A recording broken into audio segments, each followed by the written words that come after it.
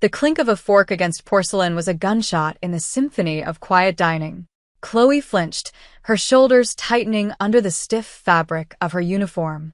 She kept her eyes down, focused on the polished silver she was arranging at an empty table, the soft wool of the tablecloth a small comfort against her fingertips. The restaurant was a world of hushed tones and expensive tastes, a place where men in sharp suits made quiet deals over seared scallops and women with jewels dripping from their ears laughed without making a sound. Chloe moved through it like a ghost, a 19-year-old girl trying to be invisible, trying to earn enough to make her real life, the one outside these walls, a little less precarious. Her manager, a man whose smile never reached his eyes, gestured her over to the corner booth, the one reserved for their most important clientele. Table 7, Chloe. Be quick, be quiet, be perfect. She nodded, grabbing her notepad. As she approached, the temperature seemed to drop. 3 men sat in the booth, all wearing suits so dark they seemed to absorb the low, ambient light. But it was the man in the center who held the room captive without a word. He wasn't the loudest or the largest, but he possessed a gravitational stillness that bent the space around him. His suit was a deep charcoal, tailored with a precision that suggested it was made for his body and no other. His hands rested on the table, one on either side of a water glass, perfectly still. They were elegant hands with long fingers, but they looked like they could break things without effort. That was the moment she made the mistake of looking up, past the hands, past the stark white collar of his shirt, and into his eyes. They were dark, intelligent, and utterly devoid of warmth. Beside him sat a small, elderly woman, her back ramrod straight, her hair a perfect silver helmet. She looked fragile, like a porcelain doll, but her eyes, so much like the man's, missed nothing. She surveyed the restaurant with a look of profound disapproval. Chloe kept her voice low, a soft murmur that was practiced and professional. "Good evening. May I get you started with something to drink?" One of the flanking men spoke for the table, ordering bottled water, no ice. The man in the center, the one with the dangerous hands, never looked at her. He spoke in Korean to the elderly woman, his voice a low, smooth baritone that was at odds with the tension coiling in his shoulders. The woman replied, her tone sharp and clipped. An argument, Chloe realized, her stomach twisting. It was a language she knew too well, a language that belonged to a different part of her life. She kept locked away. The first courses arrived. The woman picked at her salad, her lips pressed into a thin, unhappy line. She said something else in Korean, her voice rising slightly. The man's jaw tightened, a muscle flexing just below his ear. He replied in that same low tone, a clear command for quiet. The manager scurried over. "Is everything to your satisfaction, Mr. Kwon?" The man, Mr. Kwon, finally moved his head. The small motion was electric. "My mother requires a different dressing for her salad. Something less American." The manager's professional smile faltered. "Of course, sir. What kind of dressing would she prefer?" Mr. Kwon turned to his mother and asked. She launched into a rapid, detailed explanation, her hands gesturing. She spoke in a thick, country dialect, full of textures and rhythms that were a world away from the crisp, formal Korean spoken in Seoul's business districts. It was the language of her grandmother's kitchen, the sound of home. The manager looked at Mr. Kwon, his face a mask of polite panic. Mr. Kwon's own expression remained unreadable, but a flicker of something, frustration, maybe even helplessness, crossed his face as he tried and failed to translate the nuances of his mother's request. He knew the words, but not the music. "She wants," he began, then stopped. "It doesn't matter. This is fine." His mother slammed her fork down. The sound was deafening in the quiet room. She spoke again, her voice shaking with indignation, looking directly at Chloe. She was complaining about the bland food, the cold service, the son who would drag her to such a soulless place. And Chloe understood every single word. Every instinct screamed at her to stay silent, to melt back into the shadows. This was not her business. This man was not someone whose attention she wanted. But then she looked at the old woman's face, at the frustration and loneliness warring in her eyes, and something inside Chloe broke. It was the echo of her own grandmother, trying to navigate a world that refused to speak her language. Taking a breath that didn't feel like enough, Chloe turned to the woman. She bowed her head slightly, a gesture of respect that was as ingrained as breathing. And then she spoke, in the same rich, rural dialect. "Forgive the interruption, madam," Chloe said, her Korean flowing out of her, soft and certain. "The chef has a wonderful sesame and perilla oil dressing he can prepare. It is not on the menu. It is very light, very traditional. Would that be more to your liking?" The world stopped.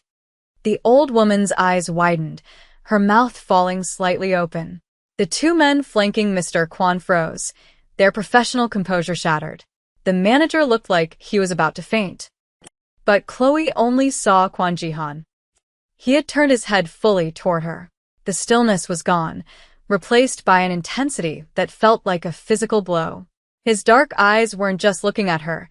They were dissecting her, peeling back the layers of her cheap uniform, her practiced shyness, searching for the source of this impossible anomaly. The room was silent, but in his gaze, Chloe heard a door slam shut, locking her in. His mother, recovering, beamed. She clapped her hands together and chattered at Chloe, delighted. Chloe answered politely, her heart hammering against her ribs like a trapped bird. She felt Jihan's stare on her, a weight she could not shrug off. He let his mother talk for another minute before he raised a single, calm hand. The torrent of words stopped. In perfect, unaccented English, his voice like cold silk, he spoke to Chloe. But his words were for the entire room. "Everyone leave us." The manager and the other servers evaporated. His own men hesitated for a fraction of a second before he gave them a look that was as good as a blade. They rose and retreated to a discreet distance. It was just the three of them, his mother beaming, him watching her with predatory focus, and Chloe standing in the wreckage of her own invisibility. "Sit," he commanded. It was not a request. Her legs felt weak, but she sank into the empty seat across from him. The silence that followed was the loudest thing she had ever heard. That was the moment everything changed. She wasn't a waitress anymore. She was a secret he had just discovered, and he was not the kind of man who left secrets unattended. He did not fire her. He did not cause a scene. He simply paid his bill, an amount that would cover her rent for 6 months, and waited for her shift to end. He waited in a black sedan with windows so dark they reflected the streetlights like obsidian mirrors. One of his men, the one with a scar that cut through his left eyebrow, met her at the employee exit. "Mr. Kwon requires your services," the man said, his voice flat. "I think there's been a misunderstanding," Chloe said, her voice shaking despite her best efforts. "I'm just a waitress." "Not anymore," the man replied, and held the car door open. It was an invitation that felt like a verdict. She was taken to a penthouse that scraped the sky, a place of glass and steel and minimalist furniture that cost more than her car. It was beautiful and sterile, a luxurious prison. Kwon Ji-han was there, standing before a floor-to-ceiling window, looking down at the glittering sprawl of Los Angeles. He had changed from his suit into a simple black cashmere sweater and dark trousers. The casual attire did nothing to soften him. "My mother was impressed," he said, without turning around. "She has not spoken that freely to a stranger in a decade. She reminded me of my grandmother," Chloe whispered to the silent room. He turned then. "Your grandmother is from Jeolla province." Chloe froze. He had not just recognized the language, he had placed its origin with surgical precision. "My mother was adopted. She was taught by her foster mother, who was from there a half-truth." The simplest explanation. "You will be my mother's companion," he stated. "You will accompany her during the day. You will speak with her. You will be compensated beyond what you could ever make at that restaurant." "I can't," she said, the words feeling flimsy and useless. "I have a life. School. Your tuition will be paid. Your apartment lease will be terminated and your belongings moved to a suite here. In this building," he said, his voice leaving no room for argument. "This is not a negotiation. You have a skill I require. More than that, you have information. You know my mother's dialect. You know her home. That makes you a liability I must control. It is better for you to be controlled with comfort than without it. And so her life was dismantled and reassembled into a shape she didn't recognize. Her days were spent with Mrs. Kwan, a woman who blossomed under the simple gift of conversation. They walked through botanical gardens, visited museums, and sat in the quiet of the penthouse, drinking tea. Chloe learned that Mrs. Kwan was sharp, funny, and deeply lonely. She also learned about her son. She spoke of Jihan as a boy, serious and watchful even then. She spoke of his father, a man of immense power and uncompromising will, who was murdered in a betrayal that shattered their family. Jihan was never the same, she said one afternoon, her gaze distant. He promised me that day. He promised he would build an empire so strong that no one could ever touch us again. He promised I would always be safe, she sighed, a small, sad sound. He built his fortress, but he locked himself inside it. And me with him. In that moment, Chloe saw it.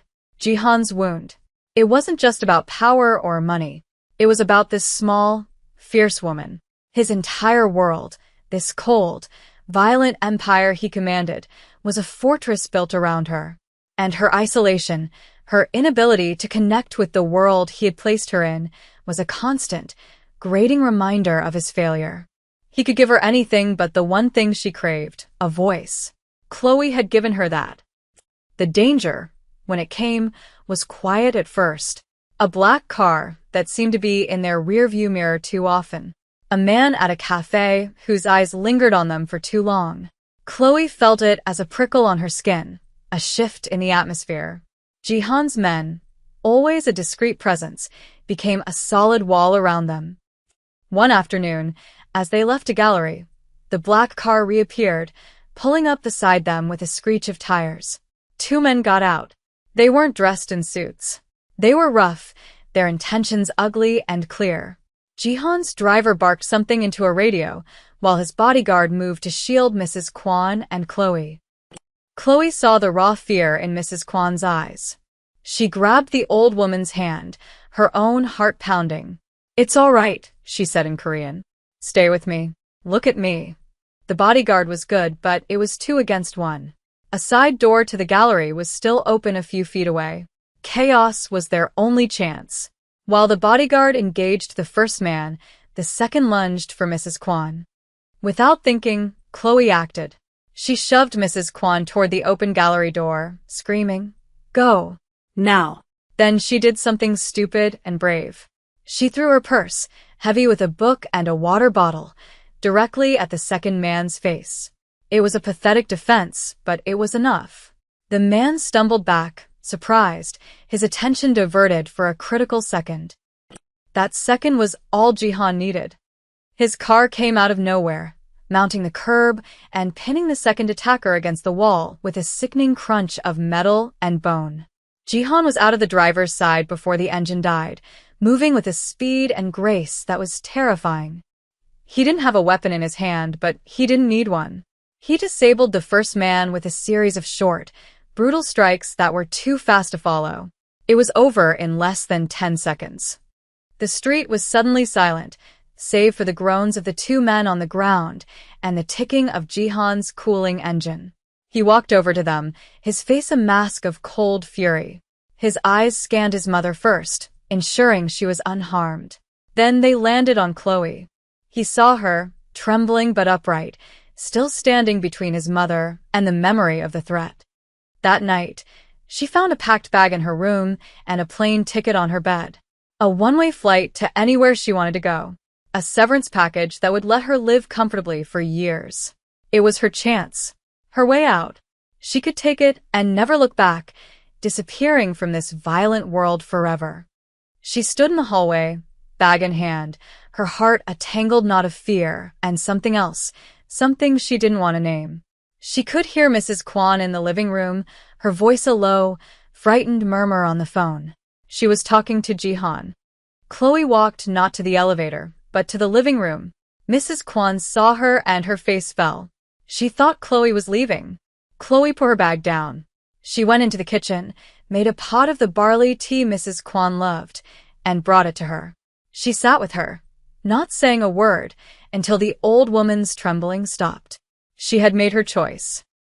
Later, Jihan found her on the balcony, staring out at the city lights. He had a small, clean cut across his knuckles, the only visible sign of the afternoon's violence. "You should have left," he said. His voice was rough. "Your mother was scared," Chloe replied, not looking at him. "You were scared?" "Yes," she admitted. "I was." He came to stand beside her, his presence a solid warmth in the cool night air. He held out his hand. She looked at it, then back at him. "It needs to be cleaned," she said, her voice barely a whisper. She led him inside, to the cold marble of the guest bathroom. She found the first aid kit, her hands moving with a purpose she didn't feel. She was a waitress, a student. She was not equipped for this. But her hands were steady as she cleaned the cut, dabbing it with antiseptic. His skin was warm. He didn't flinch, just watched her, his gaze intense and unnervingly focused. Her fingers brushed against his. A jolt, small and sharp, went through her. She looked up and their eyes met. The space between them shrank, filled with the sterile smell of antiseptic and something else, something primal and unspoken. The silence wasn't empty. It was charged with the violence of the day, with her decision to stay, with his silent, shocked acknowledgement of it. He saw her, really saw her, not as an employee, not as a liability, but as someone who hadn't run.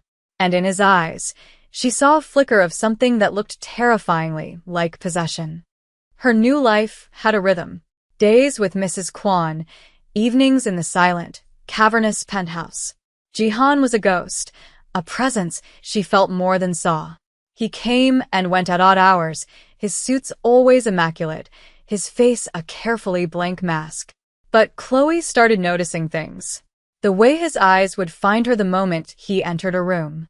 The way he started leaving books on the coffee table, poetry, history, novels, things he thought she might like. Small, almost deniable gestures of something. One night, unable to sleep, she found herself wandering the silent apartment. A door she'd always assumed was a closet was slightly ajar. Curiosity, a dangerous impulse in this house, pulled her in. It was his office. A massive desk of dark wood dominated the room, one wall lined with books, another with a stark, modern painting. On his desk, under the soft glow of a single lamp, lay a file. It was open. She knew she shouldn't look. It was a violation, a line she shouldn't cross. But she was already in his world. She might as well know the laws that governed it. The file contained surveillance photos and reports. The target was a man she recognized from the news, a city councilman who had been a vocal opponent of a new waterfront development project. The final page was a single sheet with a photograph of the man's family, his wife, his 2 young children, and a handwritten note at the bottom. Leverage. The councilman had withdrawn his opposition 2 days ago, citing unexpected personal reasons. A cold dread washed over her. This wasn't abstract danger. This was cold, calculated cruelty. This was the man who chose books for her, the man whose wounded hand she had cleaned. He did not just command violence, he wielded lives like chess pieces. She backed out of the room, her heart a block of ice in her chest. The knowledge of it sat inside her, a toxic secret. The enemy, a rival faction led by a man named Choi, was not deterred by the failed abduction. They were emboldened. They saw Jihan's reaction, the uncharacteristic fury, and understood they had found his weakness. The threat escalated. It was no longer just about his mother. It was about the quiet American girl who was always by her side. The attack came on a Tuesday. They were at a small, private nursery helping Mrs. Kwan pick out orchids. The afternoon was peaceful, sun-drenched. The trap was perfectly laid. Their usual security team was taken out silently, replaced by Choi's men. Chloe only realized something was wrong when she saw their driver's reflection in the glass of the greenhouse, his face grim, his hand inside his jacket. He wasn't their driver. He moved toward Mrs. Kwan. Chloe reacted on instinct. She grabbed a heavy ceramic pot and hurled it, not at the man, but at the sprawling glass panels of the greenhouse wall. The sound of shattering glass was an explosion. It was the alarm Jihan would hear. Chaos erupted. One of the men grabbed Chloe, his arm a band of steel around her throat. She could see Mrs. Kwon being dragged away by two others. For a terrible, paralyzing moment, she thought this was it. Jihan would be too late. He would lose his mother. He would lose her. But then she remembered the file. The councilman. The leverage. Jihan's methods were brutal, but they were a language. Maybe it was one she could speak. Stop, she choked out, the words tearing at her throat. Choi doesn't want her. He wants the port contracts. The man holding her paused. What do you know about that? Jihan will burn this entire city to the ground for his mother, she gasped, her mind racing, pulling together fragments of conversations she'd overheard. He'll destroy the contracts, give them to the triads, anything to spite Choi. You'll get nothing. But me? I'm his new liability. I'm the leverage. It was a wild, desperate gamble. She was making herself the target, betting her life on the cold logic of men who saw people as assets. The man holding her exchanged a look with the others. He saw the truth in her desperate lie. A frightened old woman was a symbol. The boss's new girl was a bargaining chip. He shoved her forward. Take the girl. Leave the old woman. It was the most terrifying moment of her life, watching them leave Mrs. Kwon behind, sobbing but safe, as she was dragged into darkness. She had crossed a line. She had used his brutal calculus against his enemies. She was no longer just a witness to his world. She was a participant. The aftermath was a blur of fear and disorientation. She was held in a cold, damp warehouse, the smell of salt and decay thick in the air. But her gambit had worked. It had bought time. Time for Jihan. When he came, it was not with sirens and flashing lights. It was with a sudden, deadly silence. The sounds of struggle outside were brief and final. The door to the room she was in splintered open, and he was there, a silhouette against the harsh light. His face was unreadable, but his eyes were burning. The air thrummed with tension. They were alone now, in the quiet of a safe house, the city a distant, muffled hum. Adrenaline still sang in her veins. He hadn't said a word to her since he'd pulled her from that warehouse. He had simply held her arm, his grip bruisingly tight, and led her away. Now he stood across from her, his jacket gone, his white shirt stark in the dim light. There was a darkness in his eyes she had never seen before, a terrifying storm of relief and rage. That was a foolish risk, he said, his voice dangerously low. It worked, she countered, her own voice trembling but defiant. Your mother is safe. At your expense, he took a step closer. You offered yourself to them. You made yourself the target. I used what I've learned from you. She shot back, the toxic knowledge from his office file burning on her tongue. Leverage. The word hung in the air between them. Ugly and true. His mask finally cracked. A muscle in his jaw jumped. He saw that she understood, that she had looked into the abyss of who he was and had not only refused to run, but had learned its language. He closed the distance between them in 2 long strides. He cupped her face in his hands, his touch surprisingly gentle against her skin. His thumbs stroked her cheekbones, wiping away tears she hadn't realized were falling. My mother, he said, his voice rough with an emotion he couldn't conceal, has not smiled, truly smiled, since my father died. Not until you came, he paused, his gaze searching hers. You brought light back into her life. It wasn't a declaration of love. It was something heavier. An admission of debt. A confession of need. It was the most honest thing he had ever said to her. I told myself I stayed for her, Chloe whispered, the confession tearing from her own heart. I'm not sure that's the only reason anymore. The admission hung between them, a dangerous, fragile truth. He leaned in, his forehead resting against hers. She could feel his breath on her lips, smell the faint, clean scent of his skin mixed with the metallic tang of the night's violence. It was a claim, silent and absolute. He was not going to let her go. And she, God help her, did not want to leave. Choi was not a man who accepted defeat. Losing Chloe Losing the leverage she represented was a public humiliation. The message came the next day. It was a small, ornate box delivered to the penthouse. Inside, on a bed of black silk, was a single, dead orchid, the same kind Mrs. Kwan had been admiring at the nursery.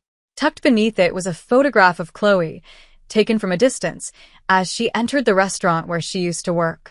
The message was clear. We know who she is. We know where she came from. There is nowhere she is safe from us. The war was no longer for territory. It was for her. Jihan's response was not to hide her. It was to end the threat. The city held its breath as two underworld powers prepared for a final confrontation.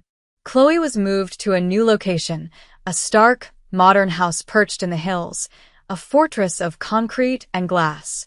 She was a queen in a gilded cage, the object of a war she never wanted. But she refused to be a passive prize. She spent her time observing, listening.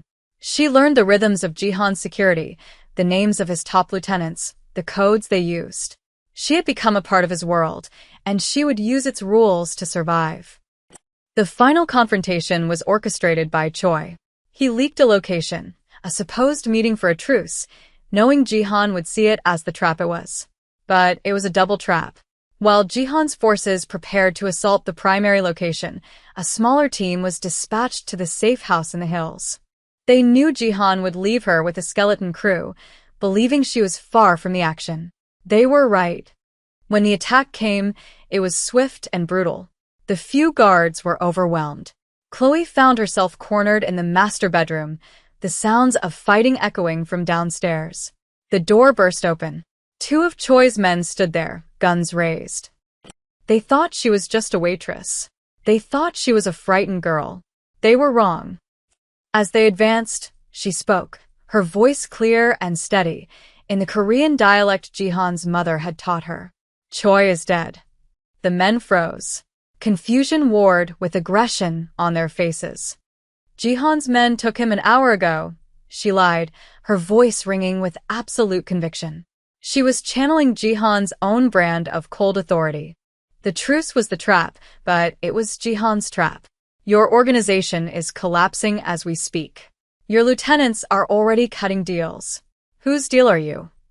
She had seen how Jihan controlled people, not just with violence but with information, with the illusion of inevitability. She was betting everything on their fear and self-preservation. One of the men wavered, his gun lowering slightly. That was the opening. Not for her to fight, but for Jihan. He appeared in the doorway behind them, a wraith in the shadows. He moved with the lethal silence she now knew so well. It was over before the men could process the truth of her lie. In the aftermath, the room was still, the only sound their ragged breathing.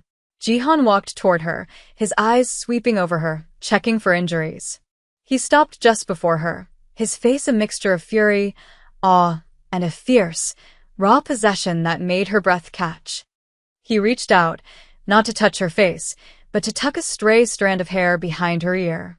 The gesture was incredibly tender, a stark contrast to the violence that had just unfolded. You are not leaving, he said, his voice quiet but absolute. It was not a request. It was a statement of fact. Not my mother. Not me. This is your place now. He was claiming her here, in a room that smelled of gunpowder and fear. And she did not resist. The cost of this victory was clear. She could never go back to her old life. She had seen the full, monstrous extent of his power, and she had used its shadow to protect herself. Her innocence was gone, replaced by a chilling competence. And he, in turn, had to accept that she had seen the very worst of him and had not only stayed, but had fought back using his own dark arts. Later, she stood by the vast window, looking down at the glittering, indifferent lights of the city. It was his empire, built of secrets and blood. He came to stand behind her, his presence a familiar weight, a promise, a cage she no longer wanted to flee. She saw their reflections in the glass, two figures framed against the sprawling darkness. She had made a choice in that gallery, the choice to stay. Now she made another, to own it. This violent, dangerous world was her reality now. And in the center of it, she was the one thing its king would burn it all down to protect. A heart that now beat in time with the city's lethal rhythm.